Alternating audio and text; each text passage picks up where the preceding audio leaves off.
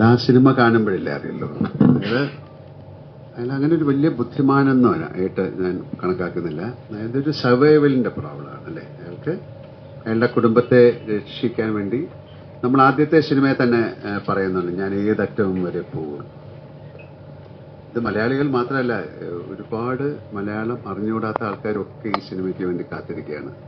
നമ്മൾ പല ഭാഗത്തും സഞ്ചരിക്കുമ്പോഴേ കാര്യം ഇത് ദൃശ്യം ഹിന്ദിയിൽ കണ്ട ആൾക്കാരുണ്ട്, തെലുങ്കിൽ കണ്ട ആൾക്കാരുണ്ട്. അവരൊക്കെ ദൃശ്യം 3 കാണാൻ വേണ്ടി കാത്തിരിക്കുകയാണ്. അവർക്കറിയണം ജോർജ് കുട്ടിക്ക്, അവരുടെ ഫാമിലിക്ക്, അല്ലെങ്കിൽ ഗീതാ പ്രഭാകരന് അവരുടെ ഫാമിലിക്ക് എന്ത് സംഭവിച്ചു, അവർക്ക് നീതി കിട്ടിയോ, അല്ലെങ്കിൽ ആരാണ് ജയിക്കുന്നത് തോൽക്കുന്നത്. അപ്പം 4ാം ക്ലാസ്സുകാരൻ്റെ ബുദ്ധി എന്ന് പറയുന്നത് അതൊരു 1ലും 2ലും നിങ്ങൾ കണ്ടു. 3ൽ അയാൾ എങ്ങനെയാണെന്നുള്ളത് ഇപ്പൊ പറയാൻ പറ്റൂല. അത് കാര്യം അത് എന്തായാലും അതിനൊരു കൾമിനേഷൻ എന്നാ പറയാം. അതിനൊരു എല്ലാവർക്കും ഉള്ളതുപോലെ ഒരു ഭയത്തോടെ ജീവിക്കുന്ന ഒരാളാണ് ജോർജ് കുട്ടി. നമ്മൾ ആ ട്രെയിലറിലൊക്കെ അത് പറയുന്നുണ്ട്, എനിക്ക് ഭയമാണ്, എൻ്റെ പുറകിൽ ഒരുപാട് ആൾക്കാരുണ്ട്. അപ്പം ആ ഭയത്തോടെ ജീവിക്കുന്ന ഒരാൾക്ക് എങ്ങനെയെങ്കിലും അത് സ്റ്റോപ്പ് ചെയ്യണമെന്ന് ഭയങ്കര ആഗ്രഹം ഉണ്ടാവും. ഈ 13 വർഷം കൊണ്ട് കുട്ടികൾ 13 വയസ്സ് കൂടിയിരിക്കുന്നല്ലേ, 13. അപ്പോൾ അവർ ഒരുപാട് ചോദ്യങ്ങൾ അവർ ചോദിച്ചു തുടങ്ങി. അതിനൊക്കെ ഇയാൾ ആൻസർ ചെയ്യണം. പിന്നെ ഒരു ക്രൈം ഞാൻ ഇതിനെക്കുറിച്ച് പറയുന്നില്ല. എത്രയോ കാര്യങ്ങൾ 10-20 വർഷമൊക്കെ കഴിഞ്ഞിട്ട് തെളിയിക്കപ്പെട്ടിട്ടുണ്ട്. അപ്പം അതിൻ്റെ ഒരു പേടിയിൽ ജീവിക്കുന്ന ഒരാളാണ് അയാൾ. അതിനെ എങ്ങനെ കാണുന്നു, അതിനെ എങ്ങനെ അതിൽ പ്രതികരിക്കുന്നു എന്നുള്ളതാണ് ദൃശ്യം 3. എന്തായാലും അതൊരു മോശം സിനിമയാകാൻ സാധ്യതയില്ല. കാര്യം അങ്ങനെ ഒരു സിനിമ ഉണ്ടാക്കാൻ പറ്റില്ല. അതുകൊണ്ട് അതിനെ കൂടുതൽ കാര്യങ്ങൾ പറയാനായിട്ട് ജിത്തുൻ്റെ കൊടുക്കാം. അല്ല, ഇതിനകത്ത് അഭിനയിച്ച ആളല്ലേ, നിങ്ങൾ അവിടെ പോയിരിക്കണേ, ഇവിടെ വന്നിരിക്കുന്നു. ഇവിടെ പുള്ളിക്കറിയാൻ കണ്ടോ ക്ലൈമാക്സ്? പുള്ളിയോട് ചോദിച്ചാൽ മതി. ഇതിനകത്ത് അഭിനയിച്ചിട്ടുണ്ട്. അതെ അതെ അതെ. ദൃശ്യം 3 എന്താ പറയാ, എല്ലാവർക്കും അറിയേണ്ടത് എത്ര ട്വിസ്റ്റ് ഉണ്ട്, എത്ര സസ്പെൻസ്, എന്തൊക്കെയാണ് ഇത്, അങ്ങനെ ഇങ്ങനെയാണ്. ഞാൻ ദൃശ്യം ഫസ്റ്റ് ഇറങ്ങിയപ്പോൾ തൊട്ട് ഞാൻ പറയുന്നൊരു കാര്യമുണ്ട്, അതൊരു ഇമോഷണൽ ഡ്രാമയാണ് എന്ന്. അതിന്റെ കാരണം 2 ഫാമിലിയിൽ 2 അമ്മമാരുടെ ഇമോഷൻ, 2 അച്ഛന്മാരുടെ ഇമോഷൻ, പിന്നെ കുട്ടികളുടെ ട്രോമ, ഇമോഷൻ, അതാണ് ശരിക്കും ഈ സിനിമയെ പ്രതിപാദിക്കുന്ന മേജർ വിഷയം. അതിനകത്ത് കുറച്ച് ക്രൈമും കാര്യങ്ങളും വന്നു. സ്വാഭാവികമായിട്ട് ആ ക്രൈമിൽ നിന്ന് രക്ഷപ്പെടാനായിട്ട് ഈ പറയുന്ന പോലെ ജോർജ് കുട്ടിയുടെ ക്യാരക്ടർ നടത്തുന്ന കുറച്ച് ഡെസ്പറേറ്റ് ആയിട്ടുള്ള കുറച്ച് അറ്റംപ്റ്റ്സ് ഉണ്ട്. അതിൻ്റെ കഥാഗതിയിൽ നിങ്ങളെ ചില സ്ഥലങ്ങളിൽ ഭയങ്കരമായിട്ടും സർപ്രൈസ് ചെയ്യിച്ചിട്ടുണ്ട്. അതുപോലെ പോലീസിൻ്റെ ഭാഗത്തുനിന്ന് ഉള്ള ചില കാര്യങ്ങൾ. അപ്പോൾ നിങ്ങളത് ആ ട്വിസ്റ്റ് എന്നൊക്കെ പറഞ്ഞത് സിനിമയുടെ ഒരു കോർ എലമെൻറ്റിൽ നിന്ന് പോയ ഒരു ഫീലിംഗ് എനിക്ക് ഭയങ്കരമായിട്ടുണ്ട്. അപ്പോൾ 1 ആയാലും 2 ആയാലും 3 ആയാലും ഞാനിതിനെ, ഈ ഫ്രാഞ്ചൈസിനെ ഇതൊരു ഇമോഷണൽ ഡ്രാമയായിട്ട് തന്നെ ഞാൻ കൺസിഡർ ചെയ്തിരിക്കുന്നു. പിന്നെ ഫസ്റ്റിനകത്ത് ഒരു പ്രത്യേക സാഹചര്യത്തിൽ ജോർജ് കുട്ടിക്ക് ഒരു സർവൈവലിന് വേണ്ടിയിട്ട് പെട്ടെന്ന് ചില കാര്യങ്ങൾ ചെയ്യേണ്ടി വന്നു. ഒരു ഇൻ്റലിജൻ്റ് ആയിട്ട് കുറച്ച് കാര്യങ്ങൾ ചെയ്തു. സെക്കൻഡ് ആയപ്പോൾ ഓൾമോസ്റ്റ് എല്ലാം സേഫ് ആണെന്ന് കരുതി വെക്കുമ്പോഴും ജോർജ് കുട്ടിയെ സംബന്ധിച്ചിടത്തോളം ജോർജ് കുട്ടി അതൊരു സേഫായിട്ട് ഇനി എടുത്തിട്ടില്ല. എപ്പോൾ വേണമെങ്കിലും എന്നിലേക്ക് എത്തും എന്നുള്ള ഒരു മുൻധാരണയോടുകൂടി അദ്ദേഹം ഒരു ഡിഫൻസ് ടാക്ടിക്സ് ക്രിയേറ്റ് ചെയ്യുകയാണ്. അതും കടന്ന് ഓൾമോസ്റ്റ് ഒരു ക്ലോഷർ പോലെയാണ് ദൃശ്യം 2 അവസാനിക്കുന്നത്. ആ 2ന്റെ എൻഡ് ഡയലോഗ് ഉണ്ട്, അത് നിങ്ങൾ ഓർമ്മയുണ്ടാവും. അതായത് നമ്മുടെ അടുത്ത വരവിനായിട്ട് അയാളെ തയ്യാറെടുപ്പിലായിരിക്കും ഇനി അയാൾ. അതാണ് അയാൾക്കുള്ള ശിക്ഷയെന്ന് പറഞ്ഞത്. അതിപ്പോൾ പോലീസ് വന്നില്ലേലും ഇയാൾ മരിക്കുന്നിടം വരെ അത് ചെയ്തുകൊണ്ടിരിക്കേണ്ട ഒരു അവസ്ഥയിലാണ്. ഇയാളെ സംബന്ധിച്ചിടത്തോളം, ജോർജ് കുട്ടി എന്ന് പറഞ്ഞ ആ ക്യാരക്ടറിനെ സംബന്ധിച്ചിടത്തോളം ആ വീടിന്റെ സമീപത്ത് ആരെങ്കിലും വന്നു, ഒരു സ്ട്രേഞ്ചർ വന്നു, എന്ത് വന്നാലും അദ്ദേഹത്തിന് മനസ്സമാനത്തോടെ ഉറങ്ങാൻ പറ്റത്തില്ല. അപ്പം പതുക്കെ പിന്നെ കാലം മാറിയതനുസരിച്ച്, മാറ്റത്തിനനുസരിച്ച് പിള്ളേർ വളർന്നു, അവരുടെ ചോദ്യങ്ങളുണ്ടാവാം. പിന്നെ നമുക്ക് പ്രായം മാറുന്നതോറും മച്യൂരിറ്റി കൂടാം, ചിലപ്പം പഴയ കോൺഫിഡൻസ് നഷ്ടപ്പെടാം, അപ്പോൾ ഭയം പുറത്തു വരാം, അതുവരെ കാണിക്കാത്ത ഭയങ്ങൾ പുറത്തു വരാം, അങ്ങനെയൊക്കെ സംഭവിക്കാം. അപ്പോൾ ദൃശ്യം 3 എന്ന് പറയുന്നത് കുറച്ചുകൂടെ ജോർജ് കുട്ടിയിലെ ക്യാരക്ടറിലേക്ക് ഊന്നി ആ ജോർജ് കുട്ടിയുടെ ഇമോഷനിലൂടെയാണ് ട്രാവൽ ചെയ്യുന്നത്. അപ്പോൾ ദൃശ്യം 3യെ കുറിച്ച് എനിക്ക് പറയാനുള്ളത് ഇതാണ്.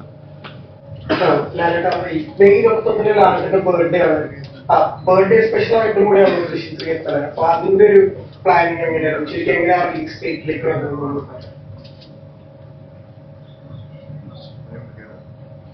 അതൊന്നും ഒരു അറിയാതെ സംഭവിച്ചൊരു കാര്യമായിട്ടാണെങ്കിൽ പറയാൻ കാര്യം, നമ്മൾ ഈ സിനിമ നേരത്തെ റിലീസ് ചെയ്യാനൊക്കെ പ്ലാൻ ചെയ്തതാണ്. പിന്നെയാണത് ഒരു റിലീസ് അതിൻ്റെ കാര്യങ്ങളൊക്കെ ആയിട്ട് കുറച്ച് നമുക്ക് ഷിഫ്റ്റ് ചെയ്യേണ്ടി വന്നു. അപ്പോൾ ഈ May 21 എന്ന് പറയുന്നത് നമ്മളൊരു സിനിമ റിലീസ് ചെയ്യേണ്ടത് ഒരു വെള്ളിയാഴ്ചയോ അല്ലെങ്കിൽ വ്യാഴാഴ്ചയൊക്കെയാണ്. ഞങ്ങൾ അല്ലാതെ വളരെ ഇതേപോലും സിനിമകൾ വേറെ ദിവസങ്ങളിൽ, പക്ഷെ നമ്മൾ നോക്കിയപ്പം May 21 ഒരു വ്യാഴാഴ്ചയാണ്. അതൊരു ഭാഗ്യമായിട്ട് ഞങ്ങൾ വിചാരിച്ചു. പിന്നെ ഇങ്ങനെ ഒരിക്കലേ ഒരു ചാൻസ് കിട്ടുള്ളൂ. കാര്യം ഇത്രയും ആൾക്കാർ എക്സ്പെക്ട് ചെയ്യുന്ന ഒരു സിനിമ, ആ സിനിമ നമ്മുടെ പിറന്നാളിന് അത് കൊടുക്കുക എന്ന് പറയുന്നത് എന്നെക്കാളും കൂടുതൽ ആന്റണിയുടെ അഭിപ്രായമായിരുന്നു. അപ്പൊ അതിന് വലിയ ഒരിക്കൽ മാത്രം സംഭവിക്കുന്ന കാര്യമാണ്. ഇനി എല്ലാ പിറന്നാളിലും ഒരു സിനിമ എടുക്കാൻ പറ്റില്ല. അത് മാത്രമല്ല, അത് ദിവസങ്ങളും കൂടെ വരണം. അപ്പൊ ഇതൊരു വ്യാഴാഴ്ചയാണ് വരുന്നത്. ആൻഡ് ഏറ്റവും നമുക്ക് ഇപ്പൊ നമ്മുടെ ജീവിതത്തിൽ ഏറ്റവും പ്രധാനപ്പെട്ട ഒരു കഥാപാത്രമാണ് ജോർജ് കുട്ടി ഈ ദൃശ്യം. അപ്പൊ ആ ദിവസം വന്നത് വളരെ ഒരു പോസിറ്റീവായിട്ട് ഞങ്ങൾ കാണുന്നു. അതൊരു പിറന്നാൾ സമ്മാനമായിട്ട് ആൾക്കാർക്ക് കൊടുക്കാൻ ഉള്ള ധൈര്യം ഞങ്ങൾക്കുണ്ടായി. കാര്യം ഒരു മോശം സിനിമയൊന്നും ആയിരിക്കില്ല. കാര്യം ഈ പ്രേക്ഷകരായ ഇതിൽ ഒന്നും കള്ളത്തരങ്ങളൊന്നുമില്ല. കാര്യം ആ ജോർജ് കുട്ടിക്കും ഫാമിലിക്കും നടന്ന എല്ലാവർക്കും അറിയാം, എല്ലാവർക്കും എന്താണ് സംഭവിച്ചെന്നറിയാം. അതിൽ നിന്ന് അയാൾ എങ്ങനെ രക്ഷപ്പെടുന്നു എന്നുള്ളതാണ് എല്ലാവർക്കും അറിയാം. ആ പിറന്നാൾ ദിവസം ഈ സിനിമ പ്രേക്ഷകരിലേക്ക് എത്തിക്കാൻ കഴിഞ്ഞത് വളരെ സന്തോഷമായിട്ട് ഞാൻ കാണുന്നു. ആന്റണിക്ക് എന്തെങ്കിലും ഇതിനെക്കുറിച്ച് പറയാനുണ്ടെങ്കിൽ പറയാം. ആശീർവാദ് സിനിമാസിന് ഏറ്റവും സന്തോഷമുള്ള ഒരു റിലീസ് ഡേറ്റ് ആണ്. ആശീർവാദിനെ സംബന്ധിച്ച്, എന്നെ സംബന്ധിച്ച്, മോഹൻലാൽ സാറിനെ ഇഷ്ടപ്പെടുന്ന എല്ലാവരെയും സംബന്ധിച്ചും ഏറ്റവും പ്രിയപ്പെട്ടതാണ് May 21 എന്ന് പറയുന്നത്. അപ്പോൾ ലാൽ സാർ പറഞ്ഞ പോലെ ജീവിതത്തിലെ ഇതുവരെയുള്ള എൻ്റെ ലാൽ സാറിനോട് ചേർന്നുള്ള യാത്രയിൽ ഇതുപോലൊരു ദിവസം ദൃശ്യം എന്ന് പറയുന്ന ഒരു സിനിമ റിലീസ് ചെയ്യാൻ പറ്റുന്നു എന്ന് പറയുന്നത് എൻ്റെ ജീവിതത്തിലെ ഏറ്റവും സന്തോഷകരമായ ഒരു ദിവസമാണ്. അതാണ് ദൃശ്യം എന്ന് പറയുന്ന സിനിമ ആ ദിവസം തന്നെ റിലീസ് ചെയ്യാൻ ഒരു ഭാഗ്യം കിട്ടിയത്. അപ്പം അതിനെ ഞാൻ നെഞ്ചോട് ചേർത്ത് വെക്കുന്നു. മലയാളികൾക്ക് എല്ലാവർക്കും വേണ്ടി അതിനെ ആ ദിവസം റിലീസ് ചെയ്യും.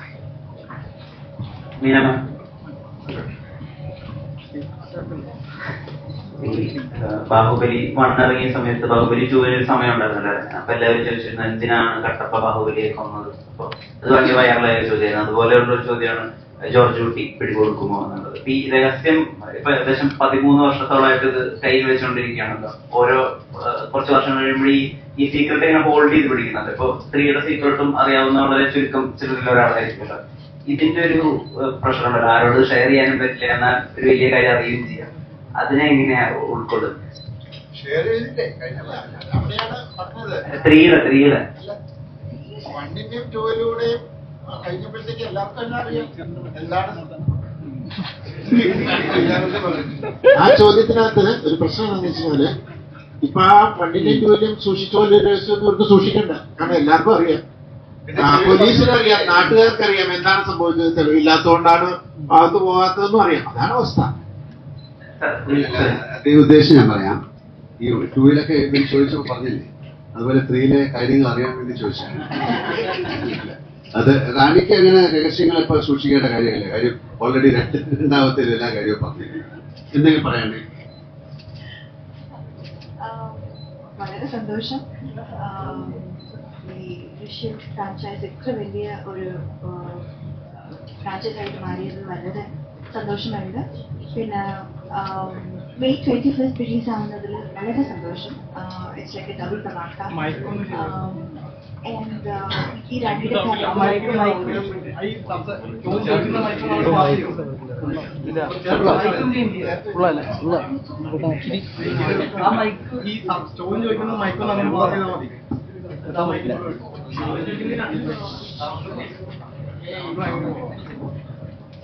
Hello, ഇതൊക്കെയാണോ?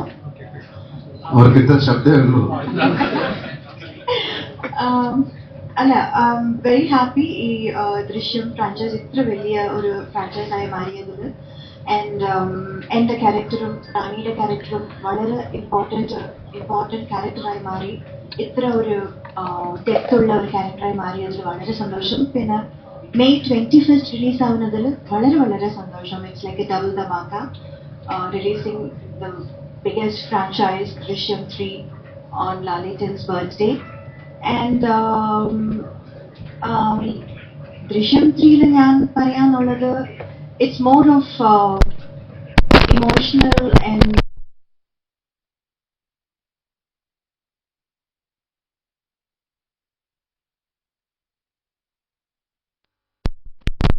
very very happy, very excited, and thank you for all that love and support.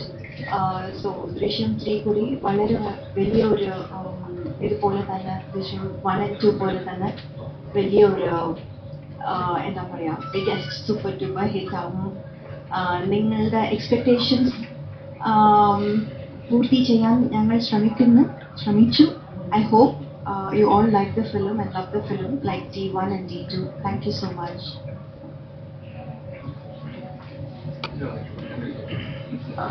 അശമ, ഇപ്പോ മലയാളത്തിലെ ഏറ്റവും വലിയൊരു മഹാനടൻ ഓപ്പോസിറ്റ് നിൽക്കുക, അത് ഒരു പാരമ്പര്യം പോലെ കൊണ്ടുപോവുക 2 സിനിമകളിൽ. 3ാമത്തെ സിനിമയിലേക്ക് എത്തുമ്പോൾ അതിൽ ഒരു പ്രതീക്ഷകളും ഗീതാപ്രഭാകർ പ്ലാനിങ്ങുകൾ എന്തായിരിക്കും എന്നൊക്കെ അറിയാനൊരു നമുക്ക് പ്രേക്ഷകർ എന്നുള്ള രീതിയിൽ ഒരു ശരാശരി പ്രതീക്ഷ ഉണ്ടല്ലോ. അപ്പൊ ഈ തിരക്കഥ പറയുമ്പോഴും അല്ലെങ്കിൽ ഐഡിയ പിച്ച് ചെയ്യുമ്പോഴും ഗീതാപ്രഭാകർ ഈ വട്ടം എത്രമാത്രം സ്ട്രോങ് ആണ്, അങ്ങനെ വെച്ചൊരു പാരാമീറ്റർ ഉണ്ടാവുക, അത് റീച്ച് ചെയ്തിട്ടുണ്ടോ? അതിനുള്ള ഉത്തരം എനിക്ക് ഇപ്പൊ പറയാൻ പറ്റില്ല. 21st നിങ്ങൾ കണ്ടു തന്നെ മനസ്സിലാക്കണം. പക്ഷെ ഇങ്ങനൊരു കഥാപാത്രത്തിലേക്ക് എത്തിപ്പെട്ടതിൽ വളരെ വളരെ സന്തോഷം. ഒന്നും നേറ്റീവ് ജേർണലിസ്റ്റിന്റെ ക്യാരക്ടറാണ് ചെയ്യുന്നത്, നിങ്ങളെല്ലാവരെയും പോലെ തന്നെ. അതിന് കൂടുതൽ എനിക്കൊന്നും പറയാനില്ല. പിന്നെ വളരെയധികം സന്തോഷം ദൃശ്യം പോലത്തെ ഒരു സിനിമയില് ഒരു പുതിയ അഡീഷൻ ആവാൻ പറ്റിയതിന്. അന്വേഷണമാകുമ്പോൾ ഈ തുടർന്നുള്ള ഭാഗങ്ങൾ അന്വേഷണത്തിന്റെ ഒരു എലമെന്റ് ഉണ്ടാവില്ല. അങ്ങനെയൊന്നും പറഞ്ഞിട്ടില്ല. തുടരട്ടെ എന്ന് ഞാനും ആഗ്രഹിക്കുന്നു, നിങ്ങളെല്ലാരെയും പോലെ. ക്വസ്റ്റ്യൻ ചോദിക്കുന്നതിന് മുന്നേ ഒരു കാര്യം പറയണം. ഷർട്ട് അടിപൊളിയായിട്ടുണ്ട്. Thank you. ഈ ക്വസ്റ്റ്യനിലേക്ക് ദൃശ്യം, ഞാൻ ഈ ഷർട്ട് മാറാൻ പറഞ്ഞിട്ട് ഞാൻ മാറാതെ ഇട്ടുള്ളതാണ് അല്ലേ? Thank you. ദൃശ്യം 3 ഭാഗങ്ങൾ നോക്കിക്കഴിഞ്ഞു കഴിഞ്ഞാൽ ഓരോ സിനിമ എടുക്കുമ്പോഴും അതിന്റെ ഇടയിൽ ഗ്യാപ്പ് വന്നിട്ടുണ്ട്, വർഷങ്ങളുടെ ഗ്യാപ്പ് വന്നിട്ടുണ്ട്. അപ്പം നേരത്തെ ജിത്തിയുടെ പറഞ്ഞ പോലെ ക്യാരക്ടേഴ്സിന് കഥ മാറുന്നതിനനുസരിച്ച് ക്യാരക്ടേഴ്സിന് മാറ്റം സംഭവിക്കുന്നുണ്ട്. അപ്പം ഈ ഗ്യാപ്പിനിടയിൽ വീണ്ടും ഈ ക്യാരക്ടറായി മാറുമ്പോൾ ഒക്കോട്ട് ആ ക്യാരക്ടറിന് പിന്നെ മാറ്റങ്ങൾ സംഭവിച്ചിട്ടുണ്ട്. അപ്പം ആ കഥാപാത്രമായി പിന്നീട് മാറുമ്പോൾ അതെങ്ങനെയാണ് നമുക്ക് ദൃശ്യത്തിലെ 1ലെയും 2ലെയും ജോർജ് കുട്ടിയെ നമുക്കറിയാമല്ലോ. അപ്പൊ അതുപോലെ 3ലേക്ക് വരുമ്പോൾ ആ കഥാപാത്രം ഓൾറെഡി ഉള്ള കഥാപാത്രമാണ്. ഞാൻ പലപ്പോഴും പറഞ്ഞ പോലെ ഈ കഥാപാത്രത്തെ മാത്രമേ എനിക്ക് ഇതുവരെ മനസ്സിലായി. ജോർജ് കുട്ടി എങ്ങനെയാണ് പെരുമാറുന്നത്, അയാളുടെ മനസ്സിൽ എന്താണെന്നൊക്കെ ഉള്ളത് വളരെ സ്ട്രേഞ്ച് ആയിട്ടുള്ളൊരു ക്യാരക്ടറാണ്. പലപ്പോഴും നമ്മൾ പല സിനിമകൾ ചെയ്യുമ്പോൾ ഒരു കഥാപാത്രത്തെ നമുക്ക് ഉൾക്കൊള്ളാൻ സാധിക്കും. പക്ഷെ ഇതുവരെ എനിക്ക് മനസ്സിലാകാത്ത, എനിക്ക് പിന്നെ തരാത്ത ഒരാളാണ് ജോർജ് കുട്ടി. കാര്യം അയാൾക്ക് ഭയം എന്ന് പറഞ്ഞപ്പോൾ എനിക്ക് സങ്കടം വന്നു. കാര്യം ജോർജ് കുട്ടി അങ്ങനത്തെ ഒരാളല്ല. അപ്പോഴാണ് ഞാൻ ആലോചിക്കുന്നത്, ഈ നേരത്തെ പറഞ്ഞ പോലെ അയാൾക്കും ഒരു കിൽറ്റ് എന്ന് പറയുന്ന ഒരു നരകം പോലെയാണ് ബ്രിട്ടീഷിലേക്ക്. അതിങ്ങനെ നിങ്ങളെ ഹോണ്ട് ചെയ്തുകൊണ്ടിരിക്കും. അയാൾ ഒരു മർഡറൊന്നും ചെയ്ത ആളല്ല, അയാളൊരു ക്രൈം കമ്മിറ്റ് ചെയ്ത ആളല്ല, അയാൾ ആ കുടുംബത്തിന് വേണ്ടി ജീവിക്കുന്ന ആളാണ്. പക്ഷെ എത്ര നാൾ അയാൾ ഹോൾഡ് ചെയ്യും? അവരുടെ കുട്ടികളെ ക്വസ്റ്റ്യൻ ചെയ്യാൻ തുടങ്ങുന്നു, ഇതെന്താണ്, ഞങ്ങൾക്ക് എന്താ സംഭവിക്കുന്നത്? ഇതിനൊരു അവസാനം ഒരു എല്ലാ കുറ്റപ്പെടുത്തലുകളും അയാളിലേക്ക് വരാൻ സാധ്യതയുണ്ട്. കാര്യം നിങ്ങൾ കാരണമാണ് ഞങ്ങൾ ഇത് സഹിക്കുന്നത്. അതിന്റെ ഒരു കൾമിനേഷൻ, എല്ലാത്തിനും ഒരു അവസാനം വേണം എന്നാഗ്രഹിക്കുന്ന ഒരു കഥാപാത്രമാണ്. അപ്പൊ അങ്ങനെ ആഗ്രഹിച്ചു. അതിന് എന്താണ് സംഭവിക്കുന്നതെന്നുള്ളത് ഇപ്പോഴും ജോർജ് കുട്ടിക്ക് എന്ത് സംഭവിച്ചു. ജോർജ് കുട്ടി ഒരു ഭീരുവല്ല. കാര്യം അയാൾക്ക് ഓൾറെഡി അയാൾക്കറിയാം എന്നായാലും ഇത് എക്സ്പെക്ട് ചെയ്ത് ഇതൊരു ലൈക്ക് ഡെത്ത് പോലെയാണ്. മരണം നമുക്ക് സംഭവിക്കുന്ന അറിയാം, പക്ഷെ എന്ത് സംഭവിക്കും നമുക്കറിയില്ല. പക്ഷെ അതിനൊരു ഫിയർ ഉണ്ടാവും അല്ലേ? ഞാൻ വെച്ച് കഴിഞ്ഞാൽ എന്ത് സംഭവിക്കുന്നു, അത് അൺഅവോയ്ഡബിൾ ആയിട്ടുള്ള കാര്യമാണ്. അപ്പൊ അത്തരത്തിലൊരു പ്രത്യേക ഫിലോസഫിയിൽ ജീവിക്കുന്ന ഒരാളായിട്ടാണ് ഞാൻ ജോർജ് കാണുന്നത്. അയാൾക്കറിയാം എനിക്ക് എന്തെങ്കിലും ഒരു ദിവസം ഇത് സംഭവിക്കും, പക്ഷേ എന്റെ കുടുംബത്തിന് അതിൽ ഒന്നും സംഭവിക്കാതെ നോക്കേണ്ട കടമ എനിക്കുള്ളത് കൊണ്ട് I will take the blame എന്ന് പറയുന്ന ഒരു വലിയൊരു ഫിലോസഫിക്കൽ ഒരു ചിന്തയുള്ള ഒരാളായിട്ടാണ് ജോർജ് കുട്ടി പറഞ്ഞത്. 4ാം ക്ലാസ്സുകാരന്റെ ബുദ്ധിയല്ല, ഇവോൾവ് ചെയ്യുന്നു. ആ ക്യാരക്ടർ ഈ 13 വർഷം കൊണ്ട് അയാൾ ഒരു ഇവോൾവ് ചെയ്തിട്ട് വേറൊരു ഫിലോസഫിക്കൽ തലത്തിലേക്ക് എത്തുന്നു എന്നാണ് ഞാൻ മനസ്സിലാക്കിയിട്ടുള്ളത്. കൂടുതൽ ഈ കാര്യം അല്ലെങ്കിൽ ജിത്ത് പറയും.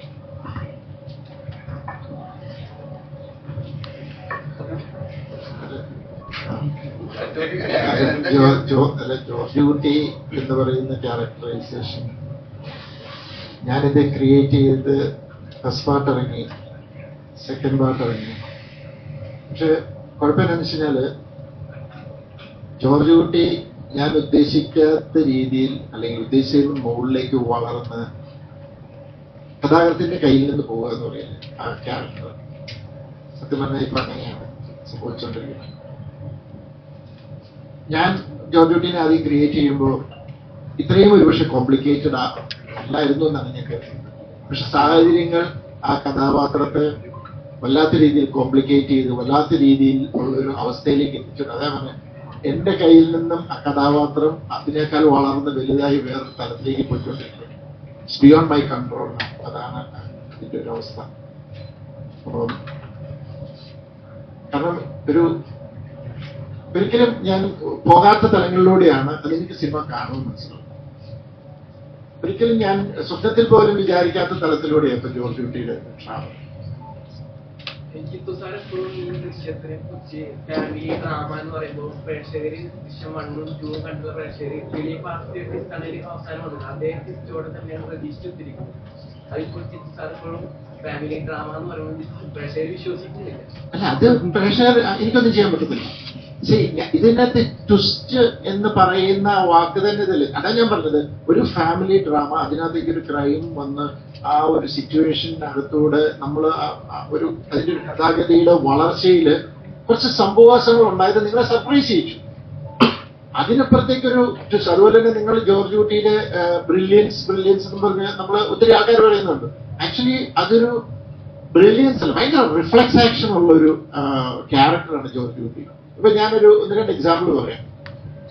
നിങ്ങൾ ഒരുപക്ഷെ ഞാൻ പല ഇന്റർവ്യൂവിൽ പറഞ്ഞു, ഒത്തിരി നിങ്ങൾക്കൊക്കെ അറിയാവുന്നതാണ് ജോർജ് കുട്ടിയുടെ ഫസ്റ്റിലെ ഒരു റിയാക്ഷൻ. റാണി ഇങ്ങനെ അതിന് 2ാം തീയതി ഓശം ഞങ്ങളിവിടെ ഇല്ലായിരുന്നു ഇങ്ങനെ പോകുന്ന ഒരു റിയാക്ഷൻ, നല്ല രീതിയിലൊരു റിയാക്ഷൻ മീൻസ് ജോർജ് കുട്ടിയിൽ നമുക്ക് കിട്ടി. ഇമ്മീഡിയറ്റ് അവിടെ നിങ്ങൾ ഇനി ശ്രദ്ധിച്ചോ, ജോർജ് കുട്ടി ഈ ബാക്കി ഡയലോഗ് നടക്കുമ്പോൾ ഈസ് വോക്കിംഗ്, ഇതിനെ എങ്ങനെ മറികടക്കും? ഇമ്മീഡിയറ്റ് ആ ഡയലോഗ് തീർന്നു. അവിടുന്ന് ചോദ്യം സഹദേവന്റെ വന്നു, ഇപ്പൊ എല്ലാം ക്ലിയർ ആയത് അങ്ങനെയാണ്. അപ്പൊ ജോർജ് കുട്ടി ഒരു സ്മൈൽ അങ്ങ് ഉടനെ ഓപ്പോസിറ്റ് നിന്നയാളൊന്ന് പതറി. പുള്ളി എന്നെ വളരെ ലാഘവത്തോടെ ഇടും. But back of his mind is working. Immediate പുള്ളി ആ പ്രശ്നം സോൾവ് ചെയ്തെന്ന് വെച്ചാൽ അല്ല, അത് പ്രിൻസിപ്പൾ അവിടുന്ന് വിളിച്ചു പറഞ്ഞപ്പോഴേ പുള്ളി കരുതി നേരത്തെ കാര്യം അറിഞ്ഞു, അങ്ങനെ എഡിറ്റിന്റെ കാര്യം മനസ്സിലായിരുന്നു. അതിനൊരു സൊല്യൂഷൻ ആ മൊമെന്റ് പുള്ളി കണ്ടെത്തി. അങ്ങനെ ഒരു റിഫ്ലെക്സ് ആക്ഷൻ, അതുപോലെ റിഫ്ലെക്സ് ഉള്ള ഒരു ക്യാരക്ടറാണ്. അത് വലിയ ഒരു ഞാൻ പറയുമെങ്കിൽ പ്രസൻസ് ഓഫ് മൈൻഡ് എന്നോ അല്ലെങ്കിൽ ആ ഒരു സിറ്റുവേഷൻ വരുമ്പോൾ ഇങ്ങനെ കൈകാര്യം ചെയ്യുന്നു പറയുന്നത് ചിലപ്പോൾ ക്രിയേറ്റ് ചെയ്യാനുള്ള യാത്ര, ആ യാത്രയിലായിരിക്കാം പുള്ളി പല കാര്യങ്ങൾ പ്ലാൻ ചെയ്യുന്നത്. അപ്പൊ ഞാനതിനെ അങ്ങനെയാണ് കാണുന്നത്. ഒരു നല്ല ബേസിക് എന്താ പറയുക കോമൺ സെൻസ് ഉണ്ട്. അതുകൊണ്ട് അതെല്ലാം സിനിമയിൽ നിന്ന് അക്യൂർ ചെയ്ത നോളജ്, അതിൽ നിന്ന് പല കാര്യങ്ങളും മനസ്സിലാക്കി അല്പം മുന്നിനെ നമ്മൾ ഒരു മുഴുവൻ നീട്ടി എറിഞ്ഞ് കാര്യങ്ങൾ പ്ലാൻ ചെയ്യുന്നു. അങ്ങനത്തെ ഒരു ഇതാണ്. അപ്പം അതുപോലെ തന്നെ നിങ്ങൾ റാണിയുടെ ക്യാരക്ടറിനെ എടുത്തു നോക്കി, അവിടെ ഒരു സിറ്റുവേഷൻ ഉണ്ടായി, മകൾ ബൈ ആക്സിഡന്റ് ഒരാളെ കൊന്നു. റാണിയും ഒരു റിഫ്ലെക്സ് ആക്ഷനിലാണ് പെട്ടെന്ന് ഒരു വാ മോളെ എന്ന് പറഞ്ഞുകൊണ്ട് ഉടനെ പോയി അവിടെ ആ കുഴി ഉണ്ടായിരുന്നു, ആ കുഴിയിൽ കൊണ്ടിട്ട് മൂടിയത്. അതും ഒരു കൈൻഡ് ഓഫ് ഇന്റലിജൻസ് ആണ്. അപ്പം എല്ലാ മനുഷ്യരിലും ഉണ്ട്. ചിലരിൽ അതിന്റെ ഒരു എന്താ പറയാ, അതിന്റെ ഒരു ഇത് കൂടി നിൽക്കും, അത്രേ ഉള്ളൂ. അപ്പൊ അതുകൊണ്ട് ദയവ് ചെയ്ത് ഞാൻ ട്വിസ്റ്റ് ഇല്ല അങ്ങനെയില്ല എന്നല്ല പറയുന്നത്. ഇത് അതിന്റെ മുകളിലാണ് ഇതിനകത്ത് ഇമോഷൻ. ആ ഇമോഷൻ എല്ലാവരും വിട്ട് കളയുകയാണ്. അത് ട്വിസ്റ്റോ ഇതെന്ന് പറഞ്ഞിട്ടുണ്ട്. അതല്ല, ഫസ്റ്റും സെക്കൻഡും തേർഡിലും ചിലപ്പോൾ സർപ്രൈസിങ് ആയിട്ടുള്ള എലിമെന്റ്സ് ഉണ്ടാവും. പക്ഷെ അതിനേക്കാളൊക്കെ മുകളിൽ ഇമോഷനാണ്. അത് നിങ്ങൾ വിട്ടുകളയതെന്നുള്ള ആഗ്രഹം കൊണ്ടാണ് ഞാനത് വീണ്ടും വീണ്ടും പറഞ്ഞത്. ഒരു ലാസ്റ്റ് ക്വസ്റ്റ്യൻ ആണ്. നാളെ പറഞ്ഞിട്ടുണ്ട് നമുക്ക് കൂടുതൽ ചോദ്യങ്ങളോടെ ചോദിക്കാം. ഒരു ലാസ്റ്റ് ക്വസ്റ്റ്യൻ. 13 വർഷം മുമ്പ് പറഞ്ഞു, 13 വർഷം മുമ്പ് ദൃശ്യത്തിന്റെ കഥ കേൾക്കുന്നു. അന്ന് പറയുന്നു അണ്ണാ ഇത് നമുക്ക് ചെയ്യാം എന്ന് പറയുന്നു. ജിത്തു സാറിന് അങ്ങനെയാണല്ലോ വിളിക്കുന്നത്. അണ്ണാ ഇത് നമുക്ക് ചെയ്യാം. പിന്നീട് സെക്കൻഡ് പാർട്ട് വരുന്നു, ഇതിപ്പോ തേടും വരുന്നു. ആ കഥയിൽ അത്രമാത്രം പ്രാധാന്യം അന്ന് കഥ കേൾക്കുമ്പോൾ എന്താണ് ആൻഡ്രിച്ചേട്ടന് തോന്നിയത്? ഇത് എനിക്ക് ഫസ്റ്റും സെക്കൻഡും തേടും, ഇനി 4ഉം 5ഉം ഒക്കെ വേണം, ജോർജ് കുട്ടിയെ ഒരിക്കലും പിടിക്കരുത് എന്നാണ് എന്റെ ആഗ്രഹം. ഇങ്ങനെ മുന്നോട്ട് പോകണം. അതെന്താണ് ആൻഡ്രിച്ചേട്ടൻ അണ്ണ എന്നൊരു വിളിയിൽ ഉറപ്പ് കൊടുക്കാൻ കാരണം? ഞാൻ ഈ ലാൽ സാറിന്റെ സിനിമകളൊക്കെ എനിക്കൊരു ആക്ഷൻ, അതായത് ഒരു ആക്ഷന് പ്രാധാന്യമുള്ള ഒരു ഹീറോ വേഷമുള്ള വേഷങ്ങളോട് കൂടുതൽ ഇഷ്ടമുള്ള ഒരാളാണ്. അതുകൊണ്ട് തന്നെ കൂടുതൽ സിനിമകളും ആശീർവാദിന്റെ ഭാഗത്ത് നിന്ന് അങ്ങനെയുള്ള ചില ചിത്രങ്ങളിലൂടെയാണ് യാത്ര ചെയ്തത്. ദൃശ്യത്തിന്റെ ഒരു കഥ കേൾക്കുന്ന സമയത്ത് അപ്പൊ എനിക്ക് ഇഷ്ടമുള്ള ഒരു ഹീറോ, ആ ഹീറോ എന്ന് പറയുന്നത് പ്രത്യേകിച്ച് മോഹൻലാൽ സാറുമായി ചേർന്ന് നിൽക്കുമ്പോൾ എനിക്ക് മലയാളികൾക്ക് ഏറ്റവും വലിയ വിജയങ്ങൾ ഉണ്ടാകുന്ന സിനിമകൾ നിർമ്മിക്കാൻ ഭാഗ്യമുണ്ടാകണമേ എന്ന് വിചാരിച്ചാൽ ഞാൻ ഓരോ ചിത്രത്തെയും സമീപിക്കുന്നത്. അപ്പോൾ ഈ ദൃശ്യം എന്ന് പറയുന്ന സിനിമയുടെ കഥയിൽ അതിനകത്ത് എനിക്കിഷ്ടമുള്ള ഒരു ഹീറോ, ഒരു ഹീറോ പരിവേഷമുള്ള ഒരു നായകനെ ആ സിനിമയുടെ കഥ കേട്ടപ്പോഴേ എനിക്ക് തോന്നിയിരുന്നു, ഞാൻ മനസ്സിൽ കണ്ടിരുന്നു. അപ്പൊ ആ ഹീറോ എന്ന് പറയുന്നത് നമ്മൾ സാധാരണ അടി മാത്രം കൊടുക്കുന്ന അത് മാത്രമായിട്ടല്ല ഹീറോയിസത്തിൽ കാണുന്നത്. അപ്പൊ അതിനുള്ള എല്ലാ ചേരുവകളും ഉണ്ടായിരുന്ന ഒരു ചിത്രമായിരുന്നു ദൃശ്യത്തിന്റെ കഥയിൽ. അതുകൊണ്ട് തന്നെയാണ് ആ 1ാം ഭാഗവും 2ാം ഭാഗവും 3ാം ഭാഗവും അതിനെല്ലാത്തിനകത്തും നമ്മുടെ മനസ്സിലുള്ള ഒരു ഹീറോ അതിനകത്തുണ്ട് എന്നുള്ളത് തന്നെയാണ് ഈ ചിത്രത്തിന്റെ 1ഉം 2ഉം വിജയിക്കാൻ കാരണം. 3ാം ഭാഗവും അതുപോലെ തന്നെ തീർച്ചയായിട്ടും നമുക്ക് വിജയിക്കുമെന്നുള്ള പൂർണ്ണ വിശ്വാസത്തോടു കൂടെയാണ് ഈ സിനിമയിൽ സഹകരിച്ചിരിക്കുന്നത്. തീർച്ചയായിട്ടും മുൻപോട്ടും അതുപോലുള്ള ഹീറോകൾ തന്നെയുള്ള ഭാഗങ്ങൾ വീണ്ടും ഉണ്ടാകട്ടെ എന്ന് വിചാരിക്കുന്നു. അതിനുവേണ്ടിയുള്ള എല്ലാ നമ്മുടെ മനസ്സിലുള്ള കഥകളെല്ലാം പറഞ്ഞു കൊടുത്ത് ജിത്തുവിനെ അതിനെ പ്രേരിപ്പിക്കും എന്നും കൂടി ഈ അവസരത്തിൽ പറയാം. ഇതിന്റെ ആദ്യ ഷോ കാണാൻ ഇതിന്റെ ആദ്യ ഷോ കാണാൻ ആരാധകരുടെ കൂടെ ഫസ്റ്റ് ടിപ്സിനെ കാണാൻ ഉണ്ടാവും, നാട്ടിലുണ്ടാവും?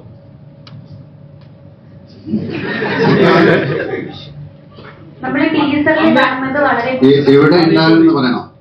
അല്ല, ലാലേട്ടന് ആരാധകർ അല്ല, എനിക്ക് ആഗ്രഹമുണ്ട്. അത് എന്റെ പ്രത്യേകമാണ്. അപ്പൊ അതിന് അന്ന് ഇവിടെ വരാൻ സാധിക്കുമെങ്കിൽ ചിലപ്പോ കാണും. അങ്ങനെ പറയാൻ പറ്റും. അത് ആഗ്രഹം ഉണ്ടായില്ല. പിന്നെ ഫസ്റ്റ് ഷോ കാണുക എന്ന് പറയുന്നത് ഒരു വലിയ നല്ല കാര്യമാണ്. അതിന്റെ അകത്തോട്ട് ഇറങ്ങി വരുമ്പോഴുള്ള പ്രശ്നം എന്താ ചോദിക്കാൻ? അല്ല, അതൊരു അല്ല, അദ്ദേഹം കുറെ സമയം സെക്കൻഡില് ഒരു സഹജയം ശരി മിസ്റ്റേക്ക് ഉണ്ടായിരുന്നു. അപ്പോ ഈ തേട് വരുമ്പോ സഹദേവൻ തിരിച്ചു വരുമ്പോ സഹദേവന് ആ കുട്ടിയുടെ അവരും കുട്ടികളുടെ മൊഴികളിൽ സഹദേവന്റെ പണി പോയി. സഹദേവൻ പോലീസല്ല, പണി പോയി, പുള്ളി വേറെ പണിയിൽ പോയി. അങ്ങനെയും പോയി. ടീസറിൽ വളരെ ഭയത്തോടെ ഇരിക്കുന്ന ജോർജ് കുട്ടിയുടെ ഒരു വിഷ്വലാണ് നമുക്ക് കാണാൻ പറ്റുന്നത്. അപ്പം ഇതൊരു വ്യക്തി നീതി പൊതുനീതിയുമായിട്ട് ക്ലാഷ് ആകുമ്പോഴത്തേക്കുള്ളൊരു മാനസിക വെല്ലുവിളിയിൽ നിന്നുള്ളൊരു ഭയത്തിലുള്ളൊരു മൂവി ആയിരിക്കും ദൃശ്യം 3. അതിനകത്ത് ഭയത്തിലുള്ള മൂവി എന്ന് വെച്ചാൽ അങ്ങനെയല്ല. ജോർജ് കുട്ടിയുടെ ക്യാരക്ടറിൽ ഇപ്പം ഫിയർ എന്ന് പറയുന്ന ഒരു ഫാക്ടർ പതുക്കെ പുറത്തേക്ക് വന്നു എന്ന് പറയുന്നത് നമ്മൾ കമ്മ്യൂണിക്കേറ്റ് ചെയ്തതാണ്. ഞാൻ പറഞ്ഞല്ലോ, അയാൾ ഒരു കുറച്ചൊരു ഇവോൾവ് ആയ ഒരു സോളായി മാറി, കുറച്ച് ഫിലോസഫിക്കലായി മാറി എന്നൊക്കെ ഞാൻ പറഞ്ഞു. അതിന്റെ അർത്ഥമുണ്ട്. അപ്പൊ അങ്ങനെ അത് ചിന്തിച്ച് മനസ്സിലാക്കിയത്. അങ്ങനല്ലേ ഒരു വ്യക്തി എന്ന് പറയുന്ന അയാള് ആ ഗിൽറ്റ് എന്ന് പറയുന്ന ഒരു ഹെല്ലാണ്. അതായത് എപ്പോഴും പിടിക്കപ്പെടാവുന്ന ഫിയറിൽ നടക്കുന്ന ഒരാളാണ്. അയാൾക്ക് ഭയമുണ്ടാകും. അയാൾ ഏജ് ആകുകയാണ്, അയാളുടെ കുട്ടികൾ വളർന്നു, അവർക്കൊരു ലൈഫ് ഉണ്ടാകണം, ഭാര്യയുണ്ട്, ഒരുപാട് കാര്യങ്ങളുണ്ട്. അതുകൊണ്ട് അയാൾ എന്താ ചെയ്യുന്നത് എന്ന് 21-ാം തീയതി കാണാം.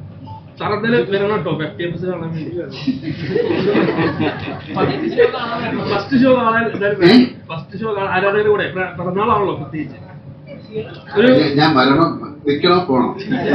ഒരു ഉറപ്പ് പറയാം ആരാധകർക്ക് വേണ്ടിയിട്ട്. അപ്പൊ ഉറപ്പ് പറഞ്ഞ് ചെയ്യണ്ടേ?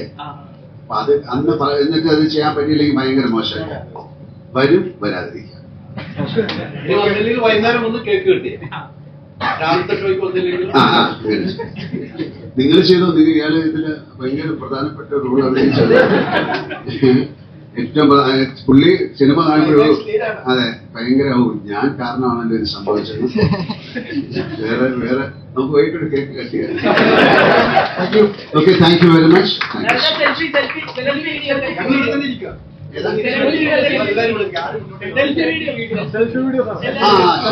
ഞങ്ങളിവിടെ തന്നെ ഇരിക്കണം, ആരും അതല്ലേ.